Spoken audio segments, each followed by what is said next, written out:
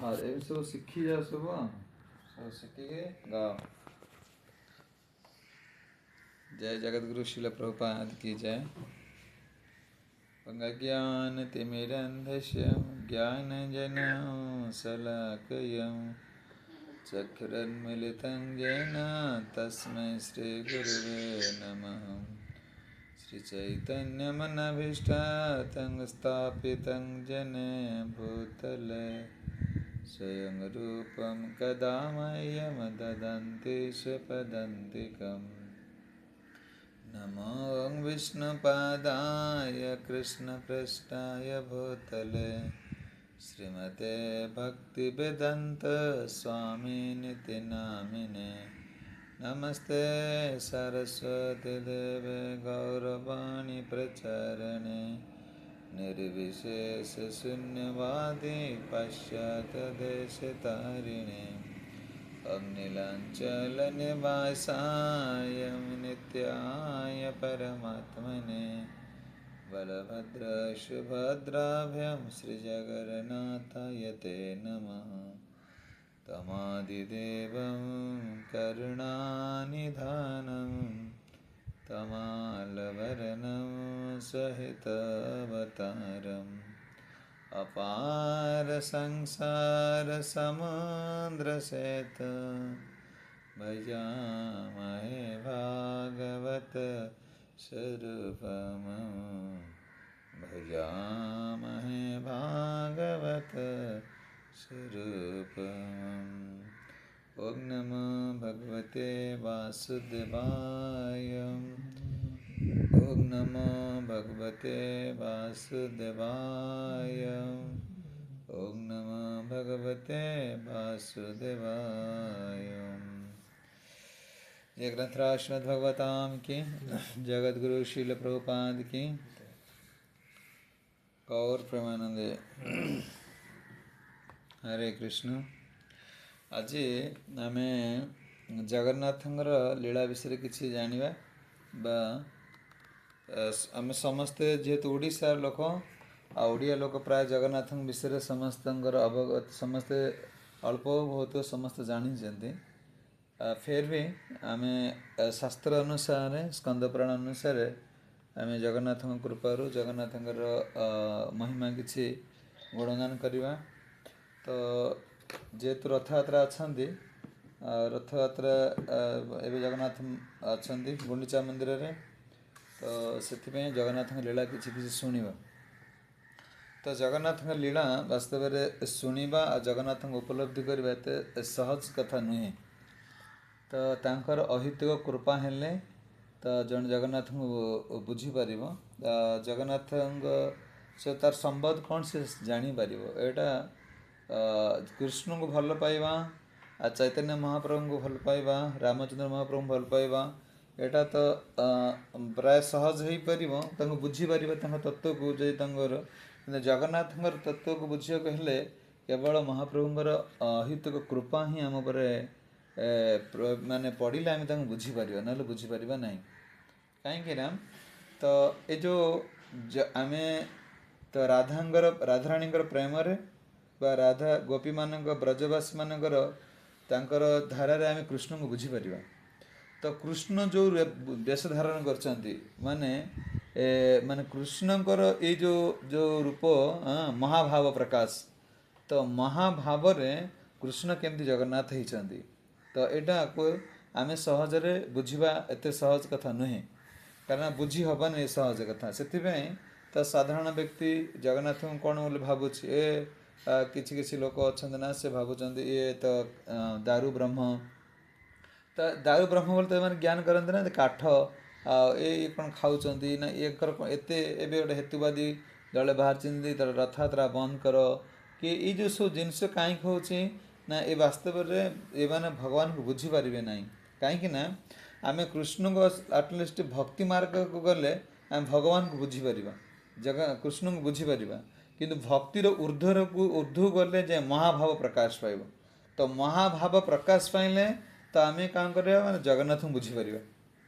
तो महाभाव जे कि कौन ना देख माने तो श्रीक्षेत्र में भगवान रहा तो चारिटा मानकर वृंदावन वृंदावन नवद्वीप माने महाप्रभु कृष्ण ए दुईटा भाव को जन बुझी पाइले जगन्नाथ बुझी पार तो वैष्णव वैष्णव वैष्णवी तंत्र लेखा अच्छा मथुरा द्वारिका लीला जकरती ज गोकुले नीलांचल स्थित कृष्ण स्ताव रचित प्रभु कहते मथुरा द्वारिका ये जो मथुरा द्वारिका दीटा लीला ज करती च गोकुले जहाँ गोकुल लीला करथिले जहाँ मथुरा लीला करथिले जहाँ द्वारिका लीला करथिले नीलांचल स्थित कृष्ण कृष्ण से लीला को कौट करुचंती ना नीलांचल तो कृष्ण ताबे रचित प्रभु भगवान से द्वारिका लीला आ मथुरा लीला आ कौन गोकुल लीला ये सब लीला को से संपादन कर कौटी माने श्रीधाम कौटी नीलांचल तो नीलांचल रही भगवान जो लीला करुँच महा कृष्णकर महाभाव प्रकाश कृष्ण जो महाभाव प्रकाश पाई से महाभाव कृष्ण होती जगन्नाथ ताले महाभाव प्रकाश भाव भावुर भक्ति आसो आम आटलिस्ट आम समस्ते कौ स्तर को जापर आम भक्ति स्तर को जापर शुद्ध भक्ति स्तर को जापर तो महाभाव स्तर को जापर एत सहज कथा नुहे तो महाभाव स्तर को गले जड़े कृष्ण को जगन्नाथ को बुझीपार तो ये आम जमी देखुचे जगन्नाथ सब सब बड़ आखि बड़ दांड बड़ देउल बड़ ये चरित्र भी बहुत महान ये बहुत शास्त्र बहुत कृपा हेले अरे मु खाली खेलौच कौटू मिल कौन कर मो 3-4 दिन मो मुंड किसी काम करूँ ये कौड़े आण कौड़ पढ़ कौन मैंने कौड़ कौड़ तुम आनिले जा बुझीपार ना बुझीपार ना कारण ये जमी आम रामायण पढ़ुचे गोटे सीरियल पे राम का लीला चलती महाभारत आम देखिए जो महाभारत देखिए ना जो जदि भागवत आम पढ़ुचे कृष्णकर लीला सीरियल पे चलती तो आम सब पुराण मानकर सब लेखा कि जगन्नाथ लीला कौन सी गोटे शास्त्र एपर्यंत पूर्व संपूर्ण रूप से लेखा ना से कारण यहाँ महाभाव प्रकाश सी जहाँ कृपा करेंगे सी ही लीला ग्रहण कर ना से ग्रहण करें ना तो आम प्रथम आम जाना जे आम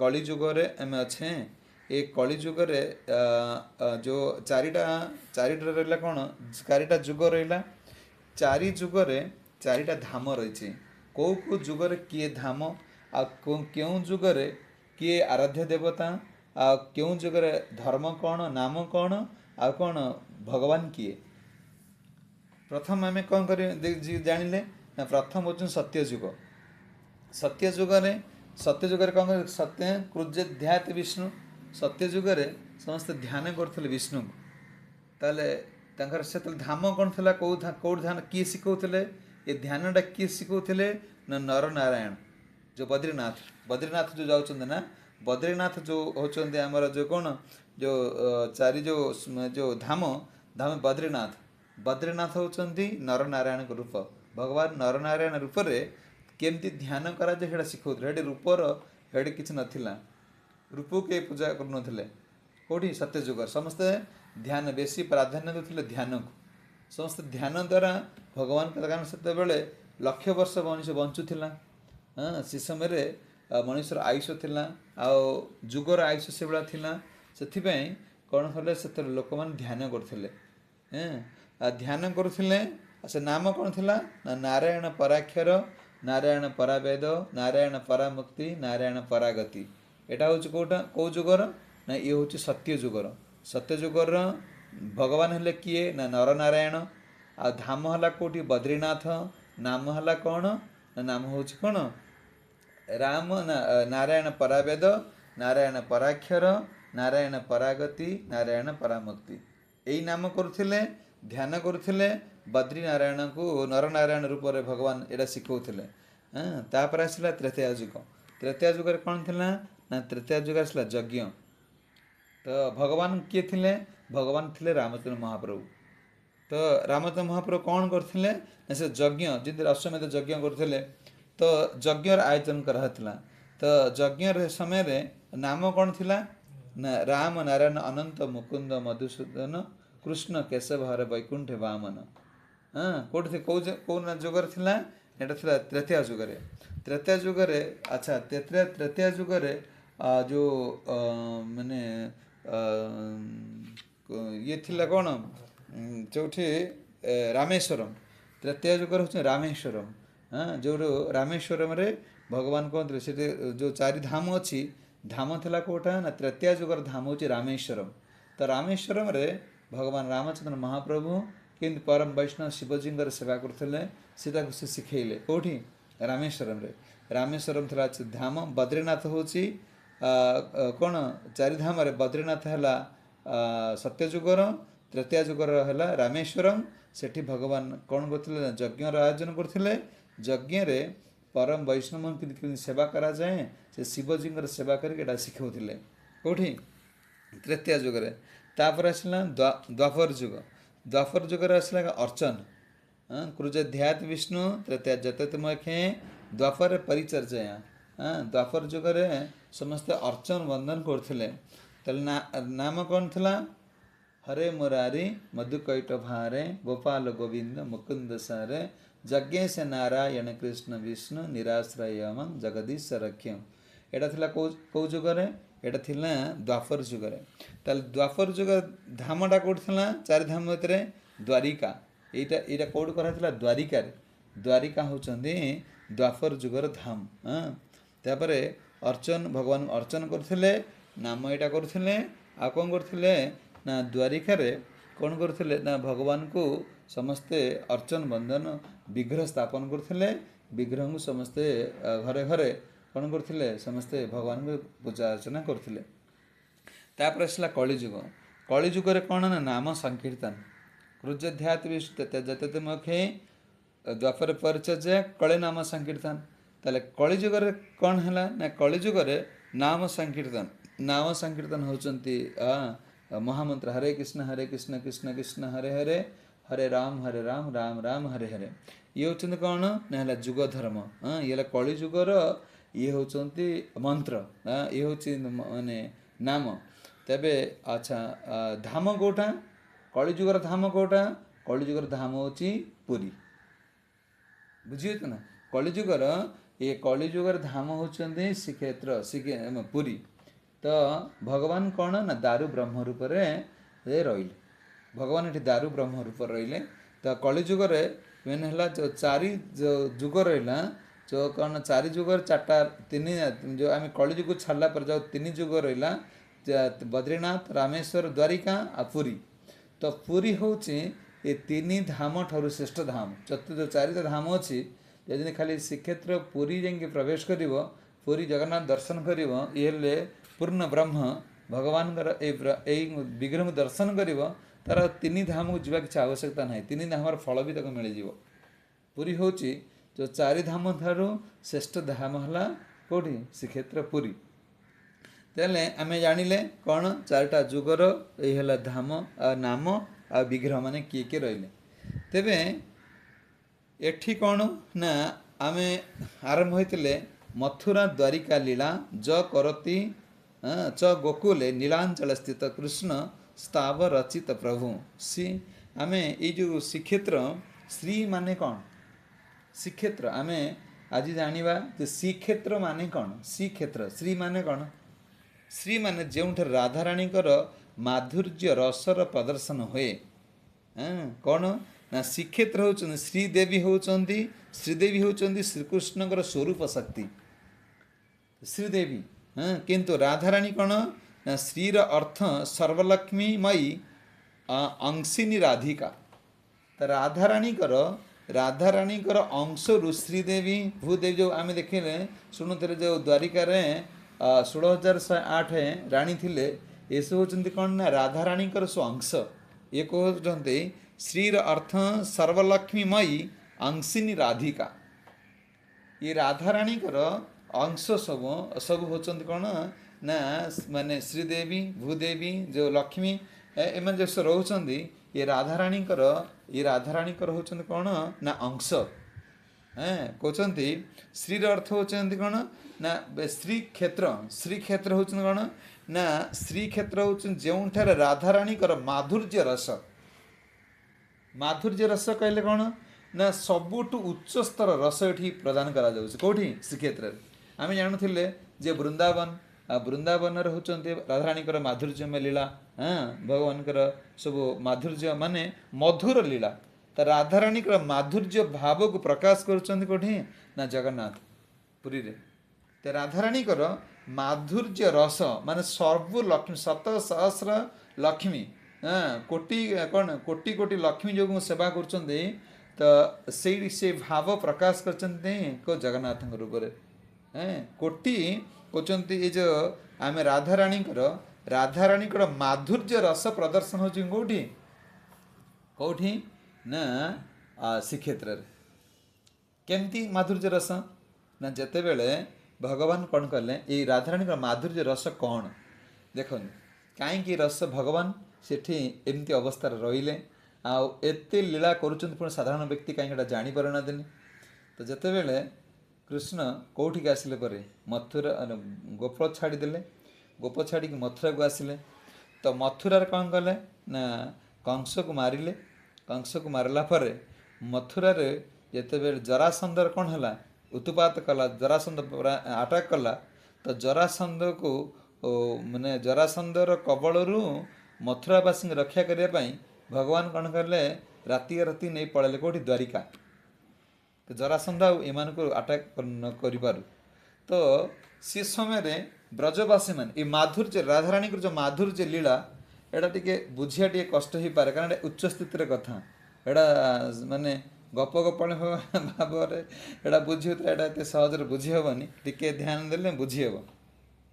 ये माधुर्य लीला हूँ कौन ना मधुर लीला माने राधाराणी श्रेष्ठ माधुर्य लीला होचंदी जगन्नाथ माने भावटा से प्रकाश पाइब तो जिते बेले ये पलि आसिले किंतु आर गोपी माने समस्त भावुंट जे कृष्ण कौन निश्चित भाव फेरी आसवे कारण कृष्ण कही मुझे आसबी बोली कही ना मुझे आसबी ना बोलिकी ना तो गोपी माने श्रीमती राधाराणी ए समस्ते सबुदिन कृष्ण कही मैंने आसबे तो मथुरा पलि आसिले द्वारिका तो से ब्रजरू आसिले मथुरा मथुरा पलैले कौटी द्वारिका किंतु कही जाइए कृष्ण आसबे ये विश्वास ब्रजवासी मान अच्छी किंतु कृष्ण फेरिले ना जी न फेरिले कौन कले मान ये माने सेबेठू माधुर्य लीला हूँ कौन ना श्रेष्ठ माने श्रेष्ठ लीला जहाँ कि कृष्ण को बिना गोपी माने श्रीमती राधाराणी किसी जानती न तो सेबेठू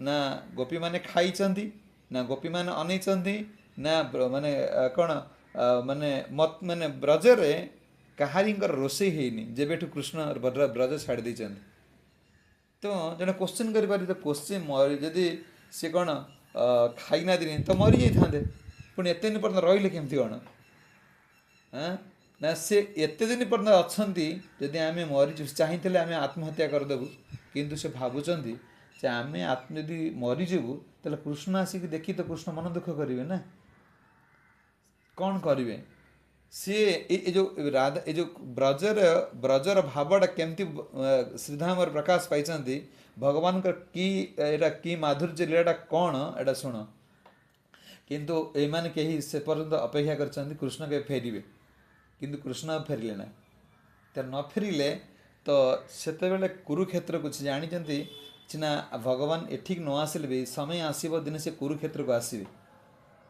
तो जिते बेले पड़ी कौन ना द्वारिका वृंदावन द्वारिका बहुत बाट बहुत दूर तो ब्रजवासी मान के संभव गले जापारे ना तो कृष्ण कौन कले जिते बेले सब लीला द्वारिका राजा हेले तो से समय जो आमर जो ग्रहण जो लगे ग्रहण लगे समय समस्त द्वारिकावासी मान धरी कृष्ण कौटी आसचंती माने कुरुक्षेत्र तो कुरुक्षेत्र को समस्त घोड़ा निध है घोड़ा धरी समस्त द्वारिकावासी मान धरी कौन आसचंती कौटी की मैंने माने कुरुक्षेत्र तो कुरुक्षेत्र को आसचंती तो गोपी मान सब जानीपारे जे कौन कृष्ण आज कुरुक्षेत्र को आसुँच नारद तो समस्त कहीदेवे ना तो नारद जानले जे देख तुम्हें जंग तो भल पाते तो मुझे छाड़ी तो गले गले ବର୍ତ୍ତମାନ ସେ କୁରୁକ୍ଷେତ୍ର को ଆସୁଛନ୍ତି। हाँ तुम्हें ଏବେ ଯାଅ ତାଙ୍କୁ ଦର୍ଶନ କରିବ। ତ ଯେତେବେଳେ କୁରୁକ୍ଷେତ୍ରରେ ସମସ୍ତ ଦ୍ୱାରିକାବାସୀ ମାନେ ଆଇଛନ୍ତି କ'ଣ ଏ ଯେଉଁ ଆମର ଗ୍ରହଣ ସମୟରେ ସେ ସ୍ନାନ କରିବେ ସମସ୍ତେ। ତ ସେ ସମୟ କୃଷ୍ଣ ବି ଆସିଛନ୍ତି। କୃଷ୍ଣ ଆସି ରାଧାରାଣୀ ବି ଯାଇଛନ୍ତି। ତ ରାଧାରାଣୀ ଯାଇଛନ୍ତି, ନନ୍ଦବାବା ବି ଯାଇଛନ୍ତି, ଯଶୋଦା ମା ବି ଯାଇଛନ୍ତି। ଏମାନେ ସବୁ ଗଲେ, ଯାଇକି ଦେଖିଲେ କୃଷ୍ଣଙ୍କର ଐଶ୍ୱର୍ଯ୍ୟ ସେବା। ଆଁ ଐଶ୍ୱର୍ଯ୍ୟ ସେବା, ଐଶ୍ୱର୍ଯ୍ୟ ସେବା ଦେଖିଲେ। ଏତେ ମାନେ ଦାସ ଦାସୀ ଅଛନ୍ତି, ଘୋଡ଼ା ଅଛନ୍ତି, ସୁନ୍ଦର ଡ୍ରେସ୍ ପିନ୍ଧିଛନ୍ତି, କିନ୍ତୁ ଆଙ୍କର ଭକ୍ତି ଭାବ ଆସିଲାଣି, ମନ ଶାନ୍ତି ହେଲାଣି। କାହାଙ୍କର? ମାନେ ଗୋପୀମାନଙ୍କର। ଗୋପୀମାନଙ୍କର ମନ ଶାନ୍ତି ନହେଲା ତ ତାଙ୍କ ମନ କିଛି ଅଧୁରା ରହିଗଲା। ତ କାହିଁକି ଅଧୁରା ରହିଲା ନା ସେ କେବେ କୃଷ୍ଣଙ୍କର ଏମିତି ରୂପ ଦେଖିନାହାନ୍ତି। ସେ ବାଲ୍ୟ ରୂପ ସେ ଦର୍ଶନ କରିଛନ୍ତି। ଆଜି କୃଷ୍ଣ କ'ଣ ରାଜା ହେଇଯାଇଛନ୍ତି, ଏତେ ତାଙ୍କ ପାଖରେ ଏତେ ସବୁ ମାନେ କ'ଣ ସାରା ମାନେ ଐଶ୍ୱର୍ଯ୍ୟ ସବୁ ପୂର୍ଣ୍ଣ ହେଇକି ଅଛି। ତ ଇଏ ସବୁ ଜିନିଷ ମାନେ ବ୍ରଜବାସୀ ସେ ଦେଖୁଛନ୍ତି କୃଷ୍ଣଙ୍କୁ, କିନ୍ତୁ ଆନନ୍ଦ ତାଙ୍କୁ ମିଳୁନି। ତ ରାଧାରାଣୀ ବି ଆନନ୍ଦ ପ୍ରାପ୍ତ ହୋଇନଥିଲେ। ତ ରାଧାରାଣୀ ସେ ସମୟରେ କୃଷ୍ଣଙ୍କୁ କହୁଛନ୍ତି ଯେ ଇଏ ତୁମ ରୂପରେ ଆମକୁ ଆନନ୍ଦ ମିଳୁନି। ତୁମେ କ'ଣ ନା ତୁମେ ଏଇ ରଥରେ ବସିକି ବ୍ରଜକୁ ଚାଲ। ତୁମେ ବ୍ରଜର ଯେଉଁ କୃଷ୍ଣ ଥିଲ ସେ କୃଷ୍ଣ ତୁମେ ସେ କାହ୍ନା ହେଇଯାଅ। ଆମର କେବଳ ସେଇ ରୂପ ପ୍ରତି ହିଁ କ'ଣ ଶ୍ରଦ୍ଧା ପ୍ରୀତି ଆଉ ଆସକ୍ତି ଆସୁଛି। ତ ଆମେ ଏ ଐଶ୍ୱର୍ଯ୍ୟକୁ ଦେଖିଲେ ଆମର ଆସକ୍ତି ଆସୁନି। ଯେଉଁ ଏଇଟା ହେଉଛି ଯେଉଁ ରାଧାରାଣୀଙ୍କର ଯେଉଁ କୃଷ୍ଣଙ୍କୁ ଯେଉଁ କହିବାର ଯେଉଁ ଭାବଟା, ଏଇଟା ହେଉଛି ମହାଭାବ। ଏଇ ଯେଉଁ ମାନେ ସେ ସମୟରେ ଯେଉଁ ମାନେ ସେ ମାନେ କ୍ରନ୍ଦନ କରୁଛନ୍ତି, ହେ କାହ୍ନା ତୁମେ ଇଏ ଭାବରେ ଆମର ଭକ୍ତି ଆସୁନି, ଆମର ଭଲ ପାଇବାଟା ତୁମକୁ କମି ଯାଉଛି ତୁମର ଐଶ୍ୱର୍ଯ୍ୟକୁ ଦେଖିଲା ବେଳକୁ। ତାହେଲେ ତୁମେ କ'ଣ ନା ତୁମେ ବୃନ୍ଦାବନ ଯେଉଁ ଲୀଳା କରୁଥିଲ ଯେ କ'ଣ ତୁମେ ସେ ବୃନ୍ଦାବନ ଚାଲ, ସେଇ କୃଷ୍ଣ କାହ୍ନା ହେଇଯାଅ। ତୁମେ ଆଉ ଇଏ କ'ଣ ଦ୍ୱାରିକା କୃଷ୍ଣ ନୁହଁ। ଦ୍ୱାରିକା କୃଷ୍ଣ ଅଲଗା, ମଥୁରା କୃଷ୍ଣ ଅଲଗା, ଗୋପର କୃଷ୍ଣ ଅଲଗା। କୃଷ୍ଣ ସବୁ ଅଲଗା ଅଲଗା, ଯେ ତାଙ୍କର ଭାବ ସବୁ ଅଲଗା ଅଲଗା। ଦ୍ୱାରିକାର କୃଷ୍ଣ ହେଉଛନ୍ତି ଅଲଗା, ରାଜା, ରାଜାଧୀଶ ରାଜ। କିନ୍ତୁ ମଥୁରାର କୃଷ୍ଣ ହେଉଛନ୍ତି କ'ଣ? ମଥୁରାର କୃଷ୍ଣ ହେଉଛନ୍ତି ପୁତ୍ରର ସ୍ନେହ। ମାନେ କ'ଣ ମଥୁରାରେ ଯେତେବେଳେ ଥିଲେ ସେ ସମୟରେ ରାକ୍ଷସ ମାନଙ୍କୁ ମାରୁଥିଲେ, ସମସ୍ତେ ଆମର ପୁଅ ପୁଅ ବୋଲି ଭାବୁଥିଲେ। କେତେବେଳେ କିଏ ଭାବୁଥିଲେ? ନନ୍ଦ ବାବା ନା ବସୁଦେବ ଦେବକୀ, ଆଉ ସମସ୍ତେ ନନ୍ଦ ବାବାଙ୍କର ପୁଅ ବୋଲି ପୂଜ୍ୟ ବୋଲି ଭାବୁଥିଲେ। ବସୁଦେବଙ୍କ ପୁଅ ବୋଲି ଭାବିକି ସମ୍ମାନ ଦେଉଥିଲେ। କେଉଁଠି? ମଥୁରାରେ। କିନ୍ତୁ ବ୍ରଜରେ କିଏ ସମ୍ମାନ ଦେଉଥିଲେ? ସେଇ କୃଷ୍ଣ ଯେତେବେଳେ ବ୍ରଜରେ ଥିଲେ, ତ ବ୍ରଜରେ ସେତେବେଳେ କ'ଣ ତାଙ୍କୁ ଅଇଁଠା ଦେଉଥିଲେ, ତାଙ୍କୁ କ'ଣ ତାଙ୍କୁ ବାନ୍ଧି ପକାଉଥିଲେ, ତାଙ୍କୁ ଗାଈ ଚରାଇବା ଶିଖାଉଥିଲେ। ମାନେ ସେଠି ମାନେ ସେ କୃଷ୍ଣଙ୍କର ଲୀଳା ଯେତେବେଳେ ବ୍ରଜରେ ଥିଲା, ସେ ସମୟରେ ଏସବୁ ଜିନିଷ ନଥିଲା। ତ ଏଇ ମାଧୁର୍ଯ୍ୟ ଲୀଳା ସବୁଠୁ ମନୋହର, ମାନେ ସବୁଠୁ ମାନେ ନିକଟତର ଲୀଳା ହେଉଛି ମାଧୁର୍ଯ୍ୟ ଲୀଳା। ଯେଉଁ ଭକ୍ତିର ଉର୍ଦ୍ଧ୍ୱ ସ୍ଥିତି ଗଲେ ଜଣେ ମହାଭାବ ପ୍ରକାଶ ପାଇବ। ମହାଭାବ ପ୍ରକାଶ ପାଇଲେ ସେ ମାଧୁର୍ଯ୍ୟ ଲୀଳାକୁ କ'ଣ କରିବ? ବୁଝିପାରିବ। ତ ଜଗନ୍ନାଥ ହେଉଛନ୍ତି ଏଇ ଲୀଳା ପ୍ରକାଶ କରୁଛନ୍ତି। ଯେତେବେଳେ ସେ କ'ଣ ଶ୍ରୀମନ୍ଦିର ରହୁଛନ୍ତି, ଏଇଟା ହେଉଛି ଶ୍ରୀମନ୍ଦିର ହେଉଛି ମାଧୁର୍ଯ୍ୟ ଲୀଳା, ଦ୍ୱାରିକା ଲୀଳା। ମହାପ୍ରଭୁ ଏଇଟା କହୁଛନ୍ତି, ଚୈତନ୍ୟ ମହାପ୍ରଭୁ। ଆମର ଗୌଡ଼ୀୟ ଧାରା ନା, ମହାପ୍ରଭୁ ଆମର ସବୁ ସମୟରେ ଆମେ ମହାପ୍ରଭୁଙ୍କ ଧାରାକୁ କ'ଣ କରିବା? ଅନୁକରଣ କରିବାକୁ ପଡ଼ିବ। ତ କ'ଣ ମାନେ ଚୈତନ୍ୟ ମହାପ୍ରଭୁ କହୁଛନ୍ତି, ଯେତେବେଳେ କ'ଣ କୃଷ୍ଣ ଯେତେବେଳେ ରହୁଛନ୍ତି, ଜଗନ୍ନାଥ ଯେତେବେଳେ ଶ୍ରୀମନ୍ଦିର ରହୁଛନ୍ତି, ସେତେବେଳେ ମାଧୁର୍ଯ୍ୟ ଲୀଳା, ଦ୍ୱାରିକା ଲୀଳା କରୁଛନ୍ତି। ମାନେ ରାଜା ଭଳିଆ ଖାଇବେ, ଶୋଇବେ, ପୁରା ସବୁ ତାଙ୍କର କ'ଣ ମାନେ ସବୁ ମାନେ ପୁରା ମାନେ ରାଜା ମାନେ ବେଶ ହେବେ, ମାନେ ସବୁ ମାନେ ହାଇ କ୍ୱାଲିଫାଏଡ଼, ମାନେ ତାଙ୍କ ଟାଟସ୍ ସବୁ ମାନେ ଭଲ ମଜାର ହେବ। କେଉଁଠି? ଦ୍ୱାରିକା ନା ଯେଉଁ ଶ୍ରୀମନ୍ଦିରରେ। କିନ୍ତୁ ଏଇ ଶ୍ରୀମନ୍ଦିରରୁ ଯେତେବେଳେ କେଉଁଠି ଆସିବେ? ବ୍ରଜଧାମ ହେଉଛି ମହାପ୍ରଭୁ କହିଲେ ଭଗବାନ ଦ୍ୱାରିକାରୁ ଛାଡ଼ି, ଦ୍ୱାରିକାକୁ ଛାଡ଼ି କେଉଁଠି ଯିବେ ନା ଗୋକୁଳ, ମାନେ ବ୍ରଜ ଗୋକୁଳ। ତ ଗୁଣ୍ଡିଚା ମା ମନ୍ଦିର ହେଉଛି ଗୋକୁଳ। ଦେଖିବ ଯେଉଁମାନେ ଗୁଣ୍ଡିଚା ମନ୍ଦିର ଯିବ, ସେଠି ଦେଖିବ କୌଣସି ରୂପ ନାହିଁ। ଆମେ ଯଦି ଶ୍ରୀମନ୍ଦିର ଯାଉଛେ, ଶିବଜୀ ରହିଲେ, ସବୁ ପାର୍ଶ୍ୱ ଦେବାଦେବୀମାନେ ଅଛନ୍ତି ନା, ସବୁ ପାର୍ଶ୍ୱ ଦେବାଦେବୀମାନଙ୍କୁ, ସମସ୍ତ ଦେବାଦେବୀମାନଙ୍କୁ ଦର୍ଶନ କରିବା। ବିମଳା ଅଛନ୍ତି, ବିମଳା ଅଛନ୍ତି, ଲକ୍ଷ୍ମୀ ମା ଅଛନ୍ତି, ସମସ୍ତେ ଅଛନ୍ତି। କିନ୍ତୁ ଗୁଣ୍ଡିଚା ମନ୍ଦିରରେ କେହି ନାହାନ୍ତିନି, କୌଣସି ରୂପ ଦେଖିବନି ସେଠି। ଗୁଣ୍ଡିଚା ହେଉଛି ବ୍ରଜଲୀଳା, ବ୍ରଜରେ ସେ ବୃନ୍ଦାବନ, ଗୁଣ୍ଡିଚା ହେଲା ବୃନ୍ଦାବନ, ଆଉ ଶ୍ରୀମନ୍ଦିର ହେଉଛି କ'ଣ ଦ୍ୱାରିକା।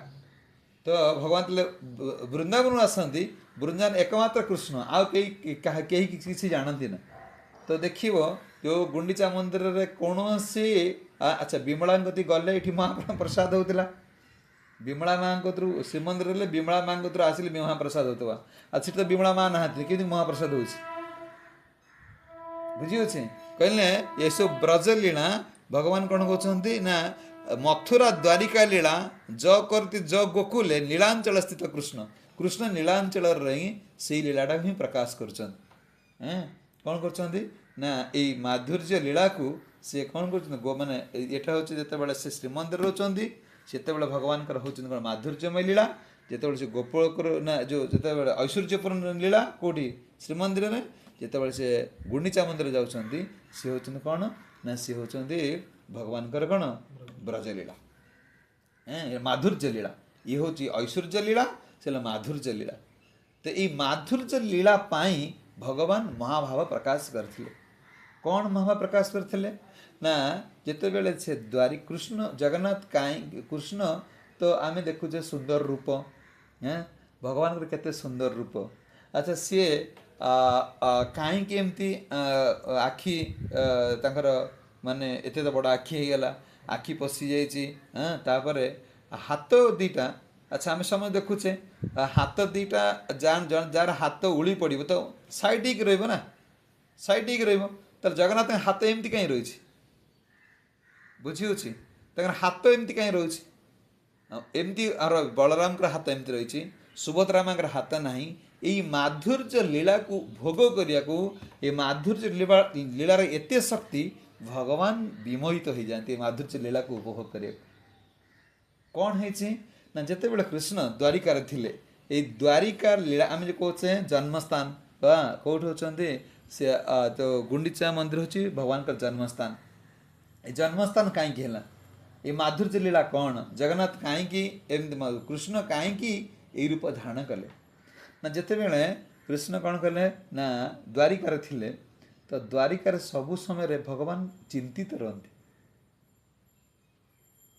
ସବୁ ମାନେ 56 କୋଟି ଭୋଗ ଖାଉଛନ୍ତି, ସବୁ ପ୍ରକାର ବ୍ୟବସ୍ଥା ଅଛି, ଭଗବାନ ସବୁ ଚିନ୍ତା କରନ୍ତି। ମାନେ କାହାଙ୍କ କଥା ଯେତେବେଳେ ମାନେ ଯଦି କେତେବେଳେ ସବୁଠୁ ମାନେ ଯଶୋଦା ମା ଜାଣିଥିଲେ ଯେ କୃଷ୍ଣ ବେଶୀ ମିଠା ଆଉ କ୍ଷୀରକୁ ଭଲ ପାଆନ୍ତି, କିନ୍ତୁ ଦ୍ୱାରିକାରେ ଥିଲେ କୃଷ୍ଣକୁ ମାନେ ଦିଆଯାଏ ମିଠେଇ ମାନେ ମିଠା କିମ୍ବା ସରଲବଣ ଦିଆଯାଏ, ଭଗବାନ ତାକୁ ବେଶୀ ଆନନ୍ଦରେ ଖାଆନ୍ତି ନା, ସେ ସମୟରେ ସେ ମନେ ପକାନ୍ତି ଯେ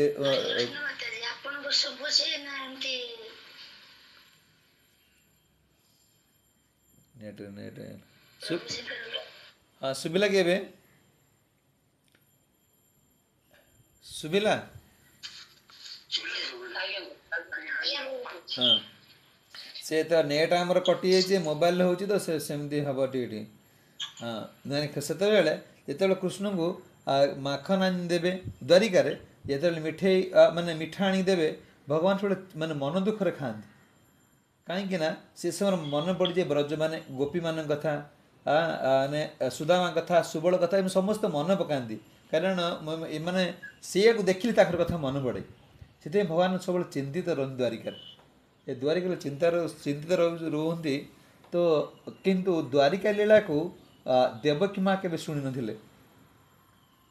ତ ଦ୍ୱାରିକାରେ କୃଷ୍ଣଙ୍କୁ ଏମାନେ କ'ଣ ଭଲ ପାଉଛନ୍ତି, ତ ଦେବକୀ ମାନେ ବନ୍ଦୀରେ ଥିଲେ ନା, ବନ୍ଦୀଶାଳାରେ ଥିଲେ, ତ ଦେବକୀ ମା ବି ଶୁଣି ନଥିଲେ।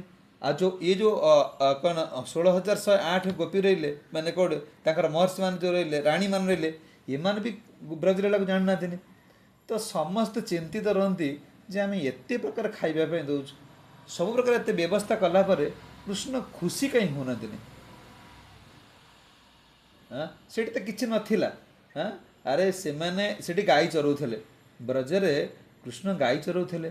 ଆଚ୍ଛା ଗୋପୀମାନେ ଘରେ ବି କିଛି ନଥିଲା ଖାଇବାକୁ, ତାଙ୍କୁ ଗାଈ ଯିଏ ଗାଈ ଚରାଉଥିଲେ, ପୁଣି ତାଙ୍କୁ କ'ଣ କରୁଥିଲେ, ତାଙ୍କୁ ବାନ୍ଧି ପକାଉଥିଲେ, ତାଙ୍କୁ ଅଇଁଠା ଖାଇବାକୁ ଦେଉଥିଲେ।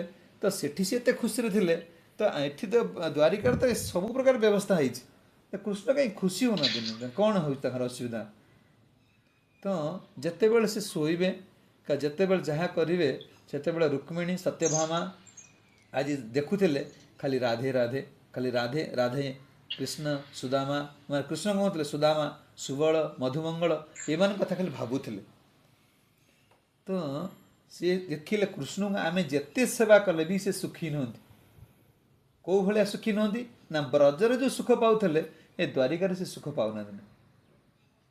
ତ ଇଏ ବ୍ରଜରେ କିଏ ଥିଲେ ସେତେବେଳେ? ରୋହିଣୀ ମା ଥିଲେ। ତ ଯଶୋଦା ମା ତ ରହିଗଲେ ବ୍ରଜରେ, ତ ରୋହିଣୀ ମାଙ୍କୁ ସାଙ୍ଗରେ ନେଇ ଯାଇଥିଲେ କିଏ? ସେ ଯେତେବେଳେ ଦ୍ୱାରିକା ଗଲେ, ରୋହିଣୀ ମା ଦ୍ୱାରିକା ଯାଇଥିଲେ। ତ ରୋହିଣୀ ମା ଥିଲେ, କିନ୍ତୁ କିଏ ଥିଲେ? ଏପଟରେ ଦେବକୀ ମା ବି ଥିଲେ। ତ ସମସ୍ତେ ମାନେ ମାନେ ବସିଲେ, ବସିକି ଚିନ୍ତା କଲେ ଯେ ଯଦି ଗୋପୀଙ୍କ ଭଳିଆ ଭାବ ଆମର ହବ, ତାହେଲେ ନିଶ୍ଚିତ ଭାବରେ କୃଷ୍ଣ ଆମ କତିରେ ଖୁସିରେ ରହିପାରିବ। ତାହେଲେ ଏ ଗୋପୀ ଭାବ ଆମେ କେମିତି ଜାଣିବା? ସେ କ'ଣ କହୁଥିଲେ, ତାଙ୍କର ଯେଉଁ ମାନେ ତାଙ୍କର ସ୍ଥିତି କ'ଣ ଥିଲା, ଇଏ କାହିଁକି ଏତେ ତାଙ୍କୁ ଭାବୁଛନ୍ତି, କ'ଣ ଆଙ୍କର ସ୍ଥିତି ଥିଲା ଯେ ଏମାନେ କୃଷ୍ଣକୁ ଆମେ ଯେତେ ପ୍ରକାର ଯାହା ଦେଲେ ବି ଖୁସି ହେଉନାହାନ୍ତି। ଥରେ ସମସ୍ତେ ବସିଲେ, ବସିକି ରୋହିଣୀ ମାଙ୍କୁ କହିଲେ ଯେ ମା, ତୁମେ ବ୍ରଜର ଲୀଳାକୁ ଟିକେ କୁହନ୍ତୁ, କାରଣ ଆମେ ସମସ୍ତେ ଚାହୁଁଛୁ କିଏ କିଏ ମାନେ ଦେବକୀ ସହିତ 16,108 ଯେଉଁ ମାନେ ଭଗବାନଙ୍କର ଥିଲେ ଯେଉଁ ରାଣୀ, ତ ରୁକ୍ମିଣୀ ସତ୍ୟଭାମାଙ୍କଠାରୁ ଆରମ୍ଭ କରି ସମସ୍ତେ ବସିଲେ। ସମସ୍ତେ ବସିକି ଯେ ଆମେ ଚାହୁଁଛୁ କୃଷ୍ଣଙ୍କୁ ସୁଖ ଦେବା ପାଇଁ, ତାହେଲେ ଯଦି କୃଷ୍ଣଙ୍କୁ ସୁଖ ଦେବା ପାଇଁ ଚାହୁଁଛୁ, ତାହେଲେ କୃଷ୍ଣ କେଉଁ ଭଳିଆ ସୁଖ ବ୍ରଜବାସୀ ଦେଉଥିଲେ, ଯେଉଁ ସୁଖ ଆମେ ଦେଇପାରୁନୁ ବୋଲି ସବୁବେଳେ ସେ ମନ ଅଶାନ୍ତି ହେଉଛନ୍ତି। ତାଙ୍କ ମନରେ ସବୁବେଳେ କିଛି କିଛି ମାନେ କିଛି ହରେଇ ଦେଇଛନ୍ତି ବୋଲି ଭାବୁଛନ୍ତି। ତ କହିଲେ କ'ଣ ନା ଏଇ ମାଧୁର୍ଯ୍ୟ ଲୀଳା, ବ୍ରଜରେ ଯେଉଁ ମଧୁର ଲୀଳା, ମାଧୁର୍ଯ୍ୟ ହେଉଛି ଅତି ମନୋହର, ଏତେ ମାନେ ନିବିଡ଼ ଲୀଳା କୁ ଆମେ ଟିକେ ଶୁଣିବାକୁ ଚାହୁଁଛୁ। ଆମେ ଯଦି ଶୁଣିବୁ ତ ଆମର ଯଦି ସେଇ ଭାବ ଆସିବ, ନିଶ୍ଚିତ ଭାବରେ ଆମେ କୃଷ୍ଣଙ୍କୁ ସୁଖ ଦେଇପାରିବୁ, ଆଉ ଆମେ ସେଇଭଳିଆ ମନ ଧ୍ୟାନ ଦେଇକି ଭଗବାନଙ୍କର ସେବା କରିବୁ। ତ କ'ଣ କରିବେ ନା ସତ ଯେ ମାନେ ରୋହିଣୀ ମା କହିଲେ, ଦେଖ ଯଦି ତୁମେ କୃଷ୍ଣକୁ ଏଇ ଯେଉଁ ମାଧୁର୍ଯ୍ୟ ଲୀଳାକୁ, ଯଦି ବ୍ରଜର ଲୀଳାକୁ ଶ୍ରବଣ କରିବାକୁ ଦେବ, ତାହେଲେ ତାକୁ ଆଉ ତୁମେ ଅଟକେ ରଖିପାରିବ ନାହିଁ। ମାନେ ଯଦି ଏଇ ମାଧୁର୍ଯ୍ୟ ଲୀଳାକୁ ଶୁଣିବେ, ସିଏ ତୁମକୁ ତ୍ୟାଗ କରିଦେବେ, ଆଉ ବ୍ରଜକୁ ଗୋପମାନଙ୍କ କଥା ବର୍ତ୍ତମାନ କ'ଣ ସେ ଅନ୍ତରରେ ଭାବୁଛନ୍ତି, କିନ୍ତୁ ବାହାରେ କେହି ତାକୁ କିଛି କହୁନାହାନ୍ତି। କିନ୍ତୁ ଯଦି ସେ ବାହାରୁ କାହା କଥା ଶୁଣି ପକାଇବେ, ତାଙ୍କୁ ଆଉ ଏଠି ରଖି ହେବ ନା, ସେ ପଳେଇଯିବେ, କେହି ତାଙ୍କୁ ଅଟକେଇ ପାରିବେନି। କ'ଣ କରିବେ? ତାହେଲେ କ'ଣ କରିବେ? ଯଦି ତୁମେ ଶୁଣିବାକୁ ଚାହୁଁଛ ଏଇ ମାଧୁର୍ଯ୍ୟ ଲୀଳାକୁ, ତେବେ କ'ଣ କରିବା ପାଇଁ ପଡ଼ିବ ନା ଗୋଟେ ଜଗୁଆଳି କିଏ ରହିବ, କିନ୍ତୁ କୃଷ୍ଣ ବଳରାମଙ୍କୁ ଭିତରକୁ ନ ଛାଡ଼ିଦେବ। ଏ ମାଧୁର୍ଯ୍ୟ ଲୀଳା ଶୁଣିବାକୁ ତାଙ୍କୁ କିନ୍ତୁ ପ୍ରବେଶ ଦ୍ୱାରକୁ ବନ୍ଦ କରିଦେବା ପାଇଁ ପଡ଼ିବ। ତ ଯେତେବେଳେ କ'ଣ କରିବେ, କିଏ ଜଗିବ ନା କହିଲେ କୃଷ୍ଣ କାହା କଥା ମାନିବେ ନା। କୃଷ୍ଣ ଶୁଭୁନି,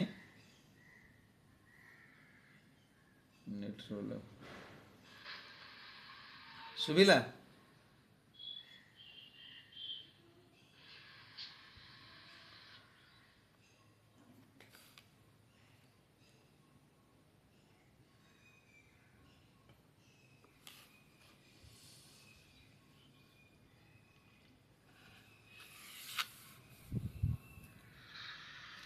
ହଁ, ଏବେ ଶୁଭିଲା? ହଁ, କ'ଣ କରିବେ ଏଇ ମାଧୁର୍ଯ୍ୟ ଲୀଳାକୁ? ଆଚ୍ଛା, କିଏ ମାନେ ଜଗିବ ନା? ଆର ଅଧିକାର କେବଳ ସୁଭଦ୍ରାଙ୍କର ଅଛି। କାହିଁକି ନା ସୁଭଦ୍ରା ହେଉଛନ୍ତି ଭଉଣୀ, ସିଏ ହେଲେ ଭାଇ। ତ ସିଏ ଭାଇକି ଅଟକେଇବାର ଶକ୍ତି ଭଉଣୀର ଅଛି, ଆଉ କାହାର ନାହିଁ। ଗୋଟେ କାମ କର, କୃଷ୍ଣ ବଳରାମ ବର୍ତ୍ତମାନ ଯାଇଛନ୍ତି ରାଜକାର୍ଯ୍ୟରେ, ଆମେ ବର୍ତ୍ତମାନ ଏଇ ବ୍ରଜଲୀଳା ଆରମ୍ଭ କରିବା, ଏଇ ମାଧୁର୍ଯ୍ୟ ଲୀଳା। କିନ୍ତୁ ୟାକୁ ଜଗୁଆଳି କିଏ ରହିବେ ନା? ସୁଭଦ୍ରାଙ୍କୁ ଜଗୁଆଳି ରଖିଦିଅ। ତ ସୁଭଦ୍ରା ମହାରାଣୀ କ'ଣ କହିଲେ, ଜଗୁଆଳି ରହିଲେ, ଜଗିଲେ। ଆଉ କାହାକୁ ନା? କୃଷ୍ଣ ବଳରାମଙ୍କୁ କିପରି ଭାବରେ ଭିତରକୁ ନ ପୁରେଇ ଦେବା ପାଇଁ। ସିଏ କିନ୍ତୁ ଏ ବ୍ରଜଲୀଳା ନ ଶୁଣନ୍ତୁ, ଶୁଣିଲେ ତାଙ୍କର ମନ ପଡ଼ିବ, ନିଶ୍ଚିତ ଭାବରେ ସେ ପଳେଇଯିବେ, ତାଙ୍କୁ ଆମେ ଅଟକେ ରଖିପାରିବା ନାହିଁ। କିନ୍ତୁ ସିଏ ବ୍ରଜଲୀଳା ନ ଶୁଣନ୍ତୁ।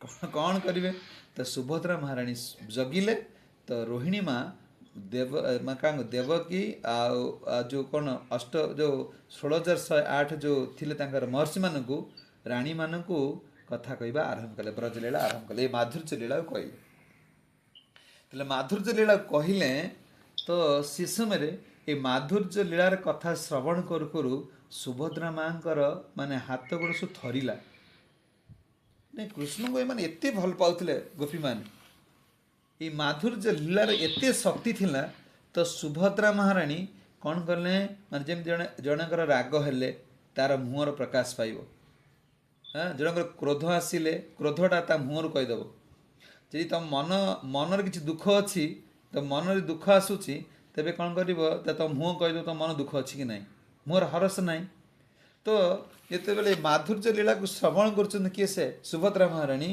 तो महाराणी सुभद्रा माँ शुणु शुणु पूरा तटस्थ हो गले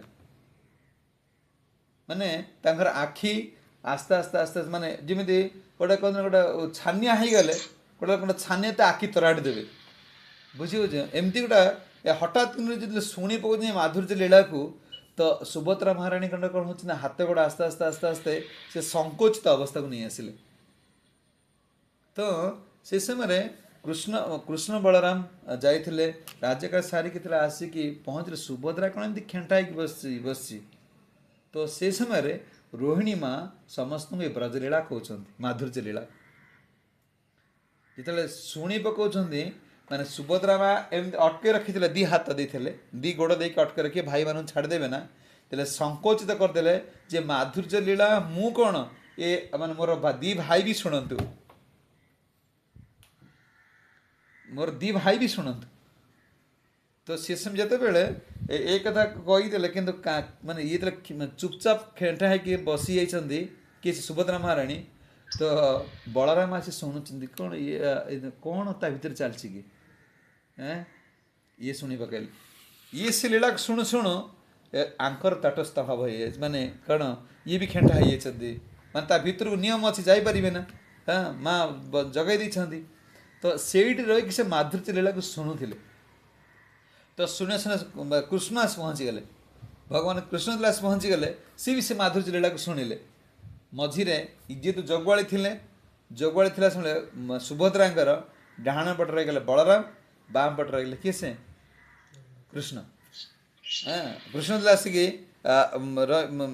ठिया गले कौन भाई ती कौन खेंटा बसी आ सुभद्रा कौन ये कौन ना ता से माधुर्य लीला को गोपी ब्रज लीला को सी शुणुन जो शुणा समय माने सी जो माने रोहिणी माँ जिते सुदामा सुदामा सहित भगवान कि भाव हाँ सुबल सहित कौन भाव थिला गोपी मान के आलिंगन करते ये जो लीला को जिते सी माधुर्य लीला को कहते भगवान सांगे सांगे हाथ को एमती टेकी दूसरी माने से समय चिंता कर माने कौन माने मु सुदामा आसू मुझे आलिंगन कर से ब्रज कथा भावुं माने ये जो जगन्नाथ जो हाथ एमती टेकी रही ना एटा भक्त को आलिंगन करने को मान से समय ये जो माधुर्य लीला रे से गोपी मानू सुदामा सुबल मधुमंगल ये समस्त आलिंगन करने हाथ दिटा टेकी दी हाथीटा टेकी देकी आउ कौन माने से कथा मन पड़ जाए आ कौन हो माने निजे भावुंट माने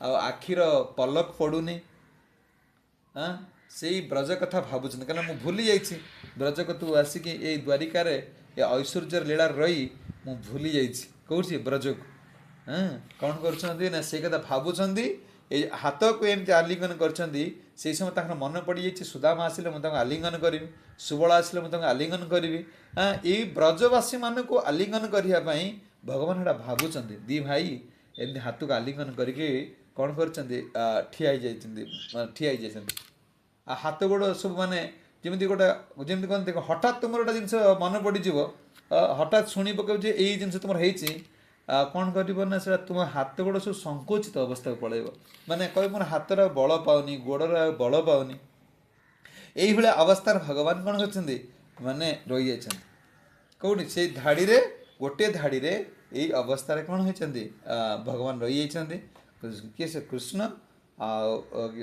बलराम सुभद्रा महाराज हाँ जिते रही जाती तो तो नारद मुनि से रूपटा दर्शन कर।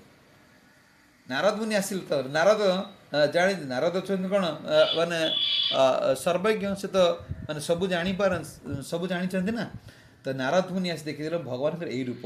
तो भगवान को नारद मुनि आसिक हाथ मार दे प्रभु कौन माने ये महाभाव जो प्रकाश पाई ये सांगे सांगे भगवान का चेता पलि से महाभाव रूप से सांगे सांगे पुणी कृष्ण ये पुणी माने कौन बलराम सुभद्रा हो जाए।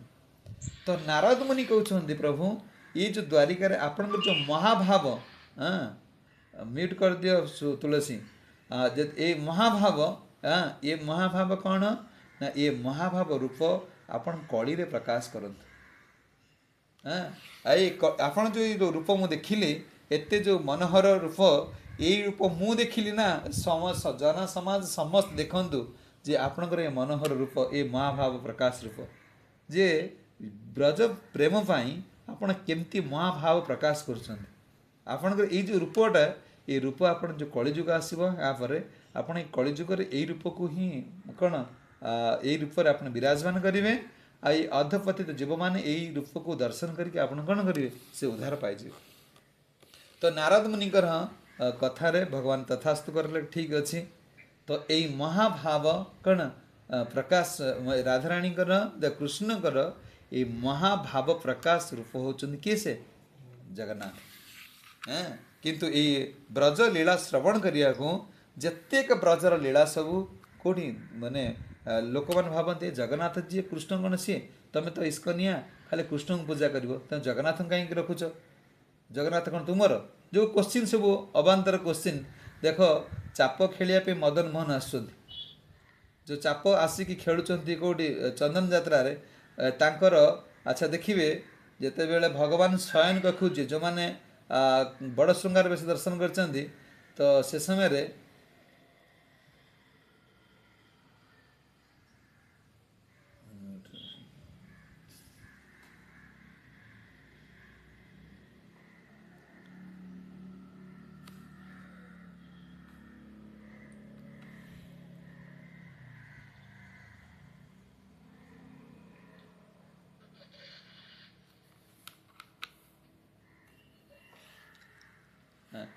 जो मैंने बड़ श्रृंगार बेस दर्शन कर देख बड़ श्रृंगार बेस भूदेवी आसवे भूदेवी श्रीदेवी लक्ष्मी माँ आसवे से भगवान को शोदेवे ताले मदन मोहन शोच ना जो जो बिछा किए शोच मदन मोहन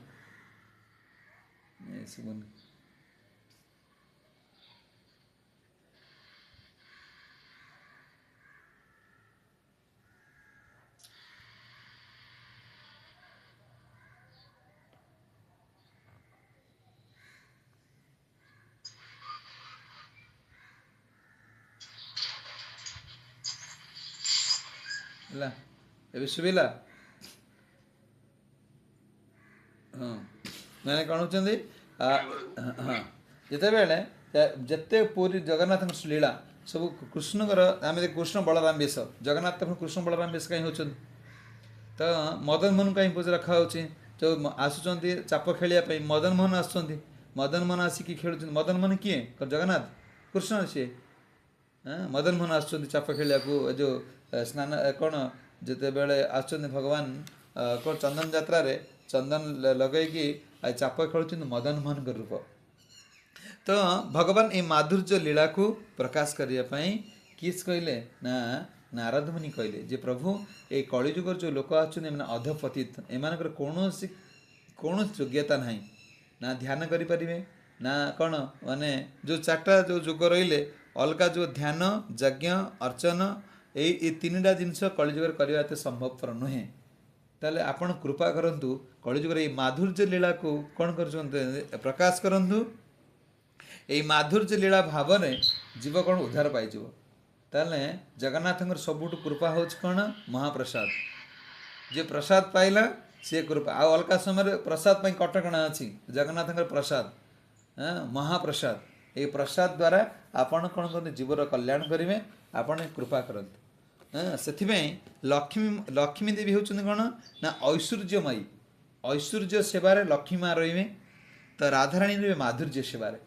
तो जगन्नाथ माधुर्य सेवा जे राधा भाव को प्रकाश करते किसे से चैतन्य महाप्रभु कौन कले ना सी आसी रही कौटी ना श्रीधाम कौटी पुरी रे कहीं रही ना ये राधा भाव को से राधा कृष्णकर मिलन तनु हाँ राधा कृष्णकर मिलन रे आसले किसे चैतन्य महाप्रभु तो महाप्रभु से निजर माधुर्य रस को राधा कृष्णकर भाव आसला परे ए जगन्नाथ जन बुझीपार माने माधुर्य लीला को से बुझीपार माने केते उच्च लेवल स्थिति एटा आम जगन्नाथ के साहय आ सबुठू अलका जुग मानक भगवान सब देखिए जीवर पात्रता देखते कि कली जुगे भगवान किसी पात्रता जगन्नाथ किसी पात्रता देखते ना तांकर जो बड़ बड़ आखि अच्छा से बड़ बड़ आखि देखुं जे कौ जीव मो पाई कौन करुच्ची कि न कर देखुना देने उंडाली उंडाली आने जदि मैंने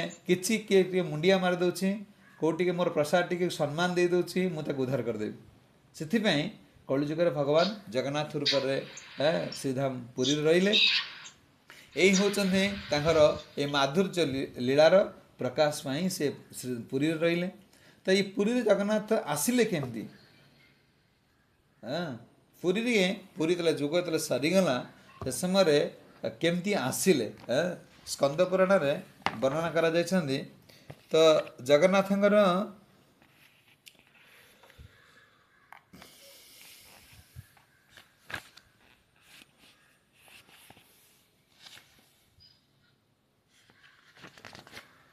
यहाँ हूँ कौन ना आम जो देखुचे एटा सत्य जुगर कथा जो अवंती नगर रु किए से आसिले अवंती नगर रु आसिले किए से ना स्कंद पुराण पुरुषोत्तम महात्मा वर्णना करा जायछंदी सत्य जुगर मध्य प्रदेश स्थित उज्जैनी रु प्राचीन नगर अवंती नगर इंद्रद्युम्न नाम का राजा थिले ये जो राजा सत्य जुगर मंदिर तैयारी मंदिर निर्माण एवं है तो आम जो भावुँ ये कले ना ये जगन्नाथ मंदिर सत्य जुगर होती ये जो राजा इंद्रद्युम्न सत्य जुगर आसते सत्य जुगर केमती आसते देख तार प्रमाण कौन आम कहे कौन प्रमाण केमती सत्य जुगर केमती रहा कि संभवपर देख जिते बड़े राजा थिले अवंती नगर राजा थिले कि से राजा इंद्रद्युम्न आ बहुत धार्मिक परायण थिले तांकर पत्नी गुंडीचा माँ जो थिले गुंडीचा माँ बहुत बने कौन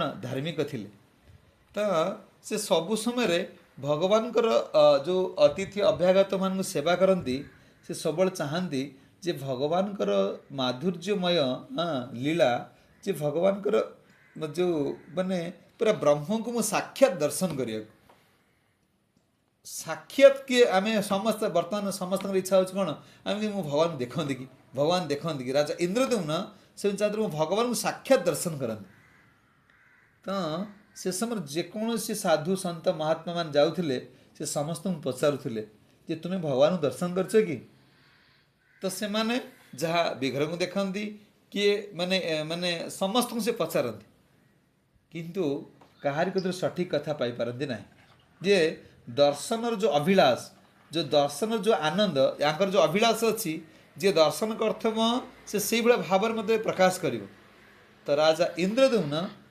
सब अतिथि अभ्यागत को पचार समय दिनकर घटना कौन है कि साधु सन्त मैंने उत्कल फेरी जाकि राजा इंद्रद्युम्नकर घरे जो अतिथिशाला अच्छा अतिथिशाला मंत्री मंत्री की भगवान ये नीलमाधव को दर्शन कर तो नीलमाधव जो माने अपूर्व जो माने सौंदर्यटा को से वर्णना कर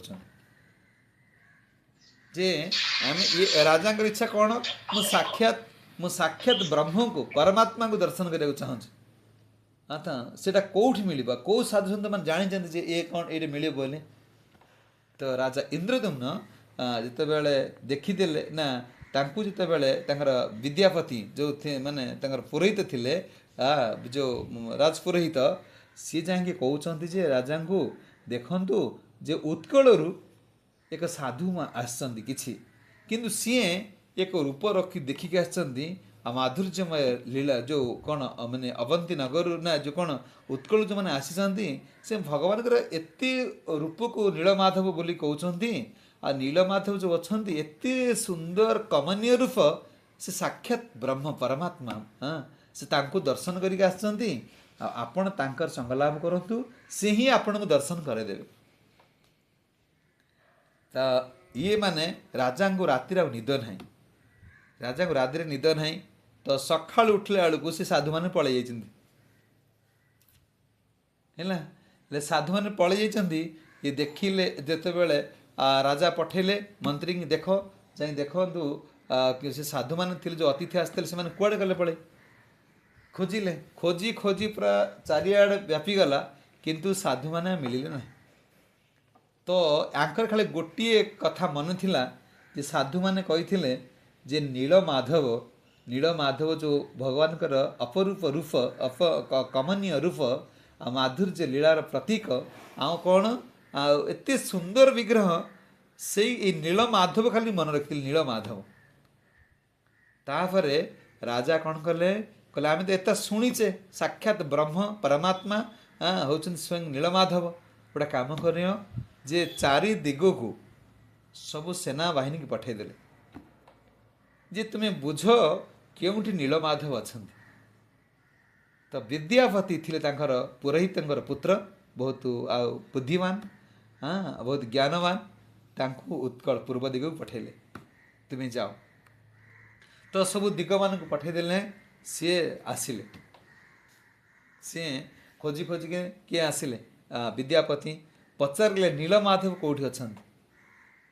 तो तांको आसिकी ये सबरपल्ली रे पहुँचापी 3 मास समय लगे उज्जैनी नगर कौटी जो अवंती नगर तो उत्कल राशि पहुँचापी 3 मास समय लगे। तो 3 मास समय पर सी तो कौन कले पचारू था जे नीलमाधव कौट आउ तो कई प्रमाण ना ना खाली गोटे शब्द नीलमाधव निद माइलाणी माँ ना कौन निद माइलाणी हाँ निद झुंक माड़ खाली फोन धरले निद छाड़ीज तो कौन कले जो नीलमाधव नीलमाधव गोटे शब्द अच्छे नीलमाधव आसिले। तो आसिक कौन कले आसिकी पहुँचले कौटी यही माने सबरपल्ली रे पहुँचले सेटा जो माने कौन ही जो समुद्र कूल नील जो देखिले कि बाट रखी जोटा पहाड़ अच्छा ये पहाड़ नील पहाड़ पूरा एत सुंदर मनोहर पहाड़ ये पहाड़ भितर ये पहाड़ कि मन धरे डाकुचे जे ये भितर किए अच्छा भावुं मन को टाणी नहीं जाऊँ नीलकंदर एटा नीलकंदर से जो श्रीमंदिर जो नील पहाड़ ऊपर से तो कौन करेंगे। तो सेठी कहले मुझे किसी दिन रही पहाड़ सौंदर्यटा अनुभव करी आठी खोजी काले ये पाखर रही मत सुव्यवस्था हो गले मु कौन करी ना मुझे एठी माने नीलमाधवर संधान नेबी कौन करें। तो सेठी जाइए से लोक पचे सबरपल्ली पहुँचले आ सबरपल्ली पहुँची कल देख मुझे किसी दिन रहा चाहूँ जोटा कि रहा सुविधा अच्छी कि। तो सेते बेले सबर मान कल देख आम भितर समस्त राजा होचंदी किए से विश्वावसु हाँ ये होचंदी बहुत धार्मिक राजा अतिथि मान सेवा करती तुम्हें जाकि तांकरी घरे रही पार। तो जिते बेले ये बुझी डाकी नेले तेणे शबर पिला नहीं विद्यापति ना कौन विश्वावसुंर शबर घर पहुँचले। तो यही माधुर्य लीला कि प्रकाश पाँच भगवान केमती आसुँच। तो ये विद्यापति ना जिते बड़े विश्वावसु घरे पहुँचला बेलू विश्वावसु नहांती।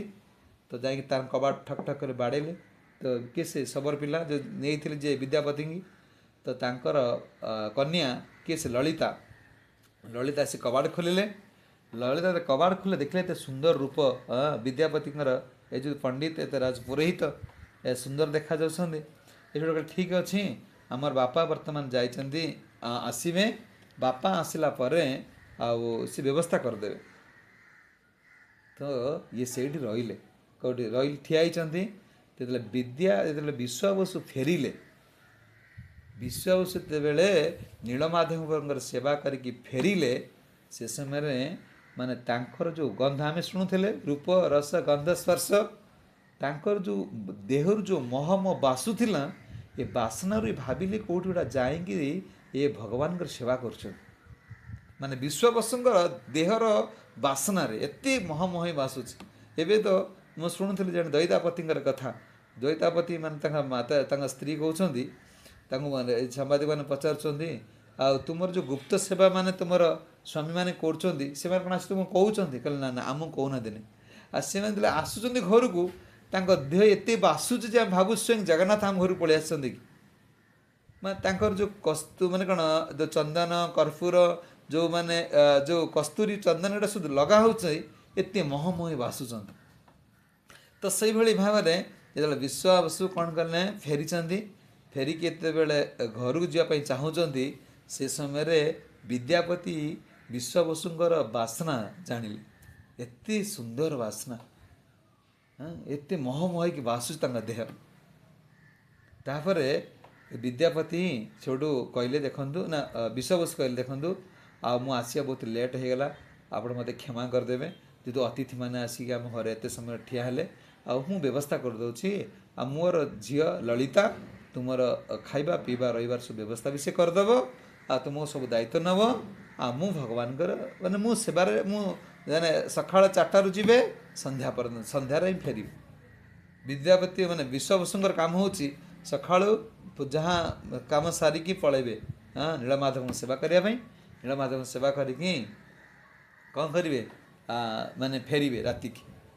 संध्या बेलू फेरवे दिनमान से जंगल बीतुले अच्छा जिते बेले विद्यापति रहिले घरे आस्ते आस्ते ललिता प्रति आसक्ति भाव आसी जाइए आ विद्यापति विवाह भी करथिले किंतु ललिता जो चाहूँगी विद्यापति की विवाह करने विद्यापति कहते देख मु विवाह भी करी मोर भी स्त्री अच्छा कहले था मु तुम भाया गुणवान पुरुष को विवाह करी जो विवाह करने राजी हो गले तो से कथा ललिता किए से विश्वावसु को कहले किस कहले जे विद्यापति जे देखो आपणकर मान कन्या मत विवाह करने माने इच्छा प्रकाश कर से कहले ठीक अच्छे विश्वावसु जो देखिले ये बहुत संपूर्ण गुण रे परिपूर्ण सब विवाह करने प्रस्ताव देले विवाह भी करदे तो विवाह पर से दिने बसी स्वामी ललिता आ किए से विद्यापति से कहते बापा कुआड़ जाऊँ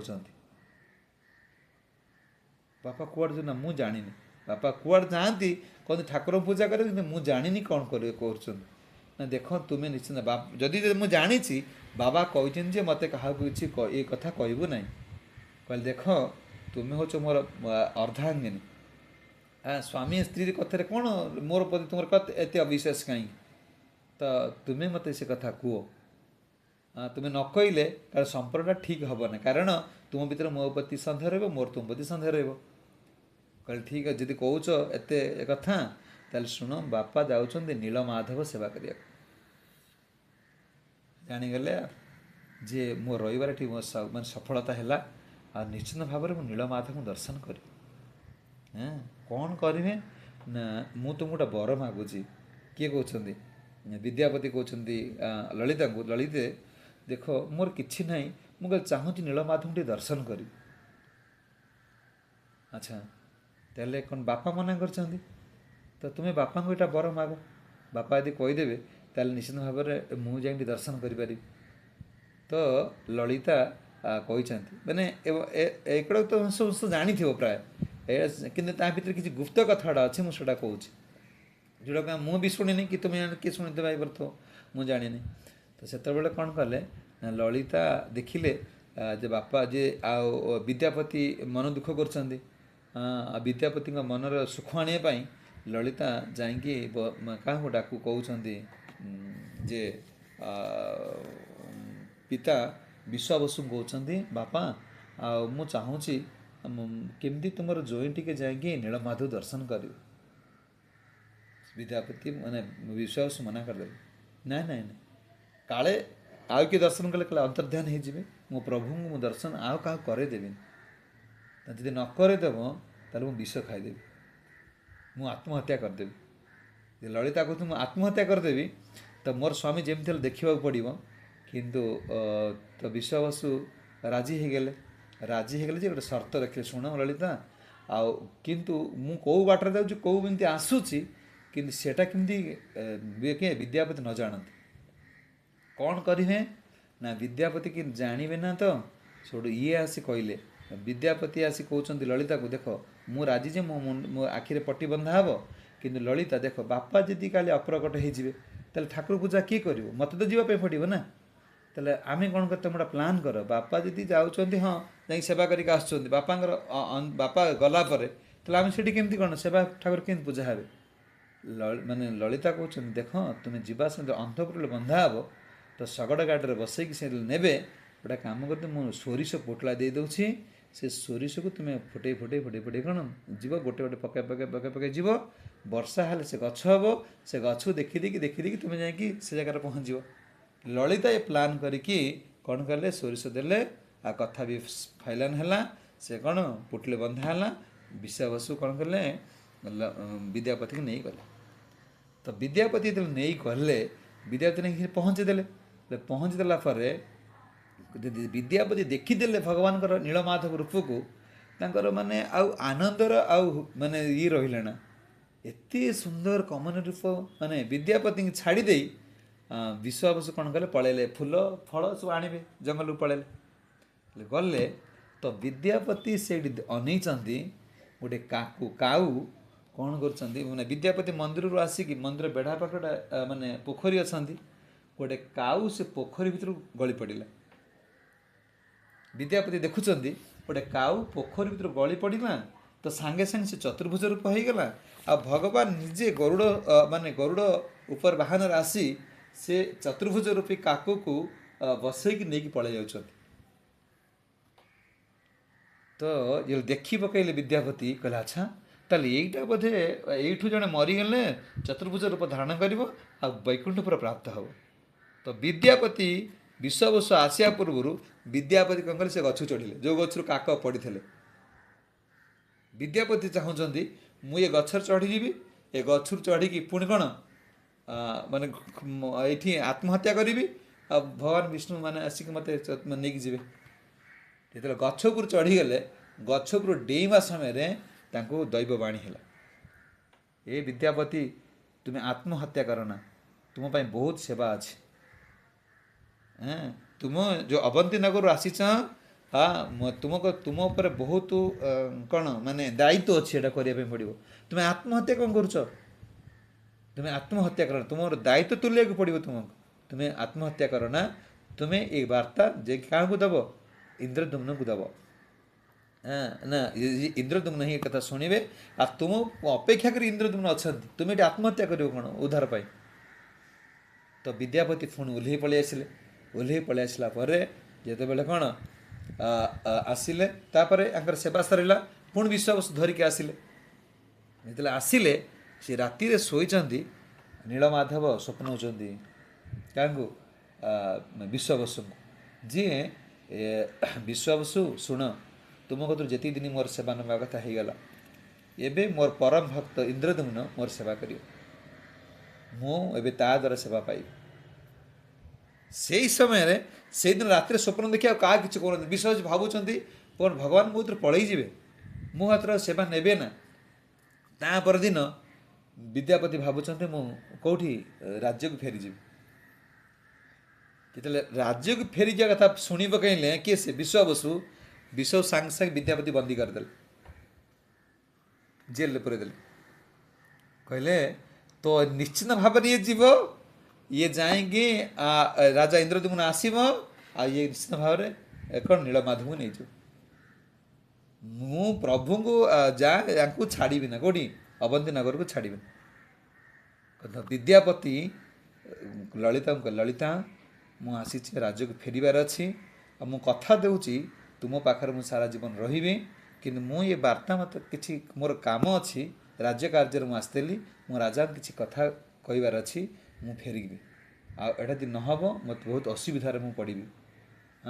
ତ ଲଳିତା ପୁଣି ଯାଇ କହୁଛନ୍ତି, ମୋର ତୁମେ କାହାକୁ? ଆଙ୍କୁ କହୁଛନ୍ତି ବିଶ୍ୱାବସୁଙ୍କୁ, ବାବା ଆଉ ଆପଣ ମୋର ପତିକି ଛାଡ଼ି ଦିଅନ୍ତୁ, ମୁକୁଳେଇ ଦିଅନ୍ତୁ, ସେ ଯାଆନ୍ତୁ।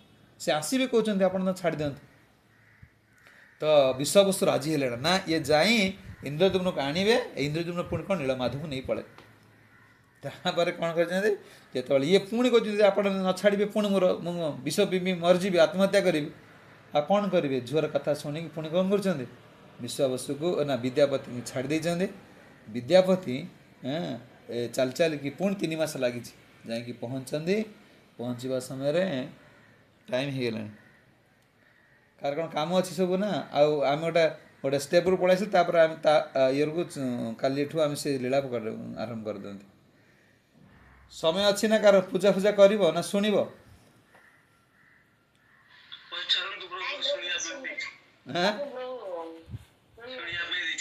हाँ जितेबाला से सब कौन कले जो विद्यापति जाकि पहुँची गले विद्यापति जाकि पहुँची गले राजा पाखे राजा राणी समस्त आसी एकजुट हो गले बहुत खुशी रे कौन ना मु नीलमाधव को दर्शन पाई ए जहाँ मुनीष मैंने कहते जो अतिथि मैंने से एत कमनीय रूप नीलमाधव तो अच्छा ना आम कि दर्शन कर कौन कर सब प्रजा मान धरिले राज्य राज्य सैन्य सामंत धरिले राणी की सह धरिकी आसिले नीलमाधव दर्शन करने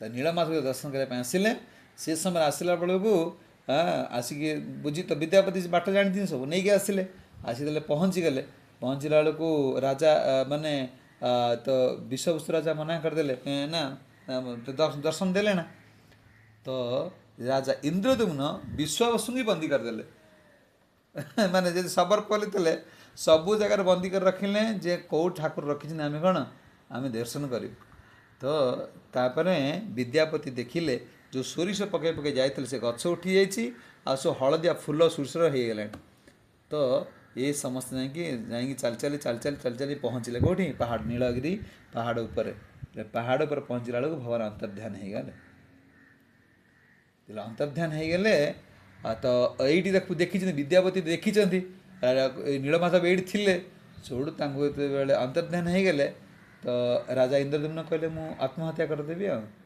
कारण मु एत बाट एत प्रचेषा कलापर यदि प्रभु दर्शन मिलला ना ताले जीवन रे किसी लाभ ना पूरा अनाहार रहिले खाइबा पीवा छाड़ी देकी हविषा माने कौन आमर जो कौन कौन तीरण जो ने ये कोटा जो पारिकी राजा से शोले कहले जेपर्यंत भगवान मो दर्शन न देइछन्ति से पर्यंत मो शरीर को से क्षीण करी मृत्युवरण करी तापर भगवान दैववाणी है देख तुम्हें मोर नीलमाधव रूप दर्शन करना राजा इंद्रद्युम्न मोर कलिजुगर महाभाव जो प्रकाश रूप अच्छा तुम्हें जाओ बांकी महाण पाखे बसी सेठू मु आसबि दारु ब्रह्म रूप मु दारु रूप आसबि बर्तमान मुझे माधुर्य लीलार सेवा प्राप्त हो जो कलिजुग आसुँच तुम्हें से रूप में कौन मत पूजा कर से रूपपाई तुम्हें मंदिर बनाओ मंदिर रख मत विग्रह स्थापन कर ब्रह्मा को आण सब कथा कहीदे ब्रह्मा आसवे ब्रह्मा आस प्रतिष्ठा करेंगे तुम एटाक कर तो से विग्रह स्थापन करने पूर्वर आगे मंदिर निर्माण करते से मंदिर प्रतिष्ठा करेंगे विग्रह ये ब्रह्मा कतिक आसला बेलू ब्रह्मा आसला बेलू केते जुग पलि गोटे मुहूर्त केते जुग पलि केते जुग पलि हाँ ब्रह्मा गोटे मुहूर्त बसिले ध्यान भंग हेले सीना आसवे ध्यान हो कलिजुगर केते जुग पलि तापर ब्रह्मा आसिले ब्रह्मा कहले प्रतिश्रुति देले मुझे मंदिर प्रतिष्ठा कर से समय सी आसिक पहुँचला बेलू कौन करपटे टोटाल पूरा मंदिर बाली रे पोती हो जाए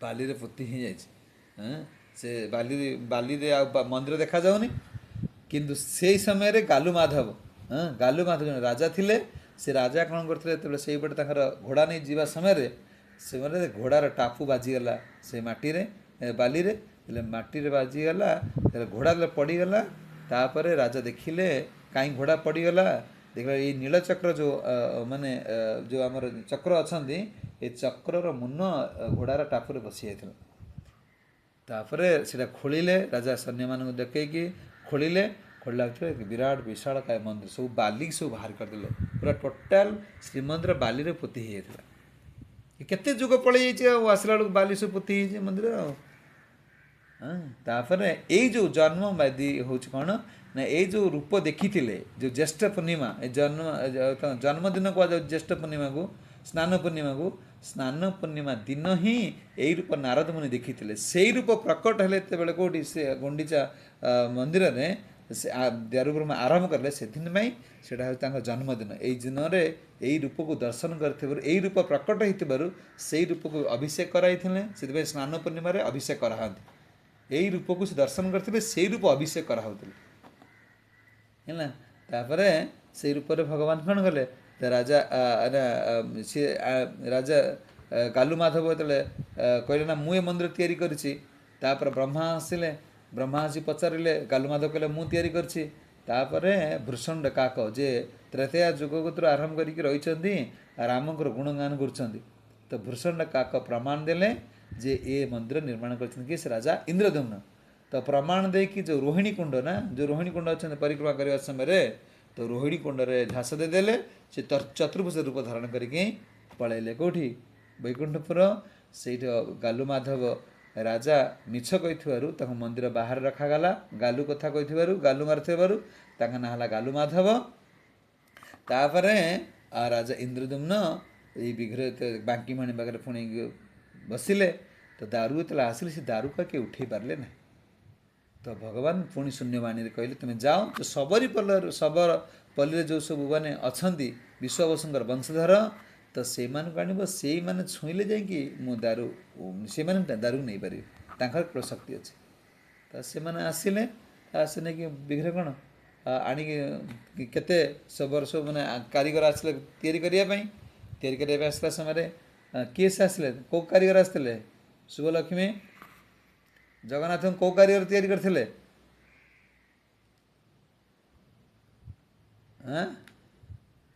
कार मन अच्छे विश्वकर्मा ना कौन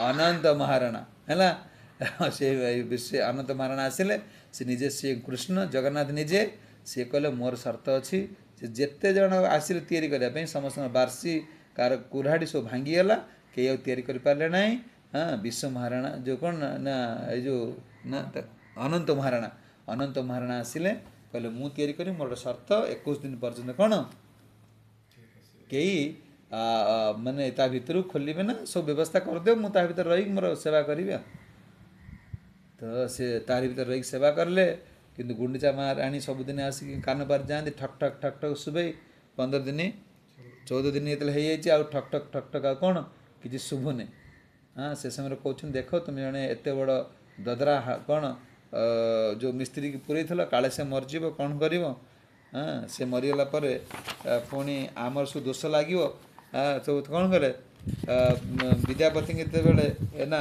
जो विश्व इंद्रदम्न जो कहले इंद्रदम्न छानिया हो गले काले मरीगले दोष लगे कौन कर सब से कौन कले खोलदेले खोलला वो चतुर्धा मूर्ति दर्शन कले तापर क्रंदन क्रंदन कले दैव्यवाणी नारद मुनि कहले क्या इंद्रदम्न नारद मुनि कहले देख यही रूपटा पाए सेवा हाँपाई आगुरी धार्य थिला तुम्हें 15 दिन खोल जा 21 दिन न छाड़ी 30 दिन खोलते भी से रूप ही दर्शन करता यही रूप हूँ माधुर्यमय रूप यही रूप महाभाव प्रकाश पाई कृष्ण यही रूप ही पूजा पाइबे कौटी ब्रजर